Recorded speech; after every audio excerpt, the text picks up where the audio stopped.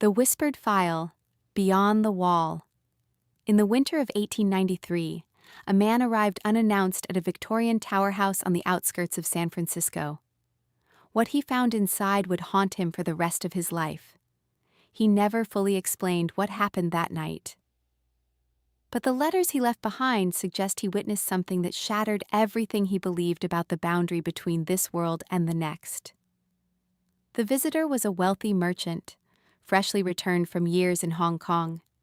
He'd made his fortune in the Orient and was traveling back to America to reconnect with old friends. One name stood out in his memory, Mohun Dampier, a schoolmate from decades before. They'd exchanged letters for a time, but correspondence had dwindled to nothing, as it does between men.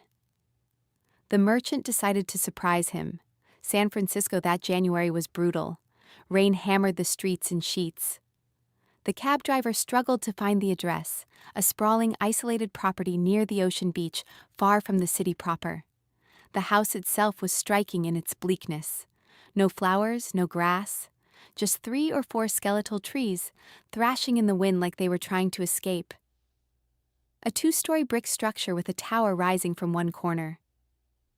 A single light burned in the tower window. The merchant climbed the stairs. At the landing, he found Dampier waiting. And something was profoundly wrong.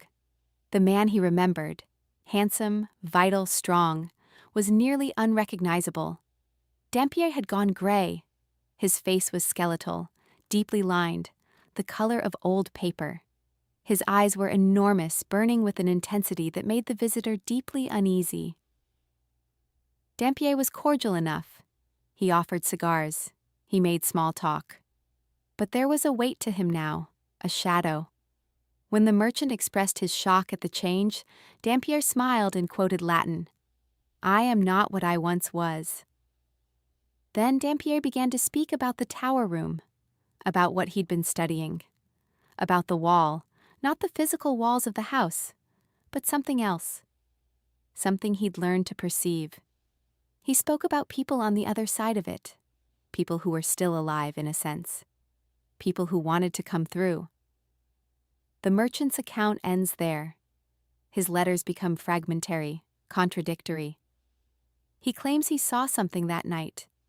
He hints at a figure in the corner of the room that Dampier seemed to address, but that the merchant couldn't quite focus on. When he left the house before dawn, he never saw Dampier again. The house was sold within months. No forwarding address. What did the merchant witness in that tower? Was Dampier mad, or had he genuinely found a way to perceive what lies beyond?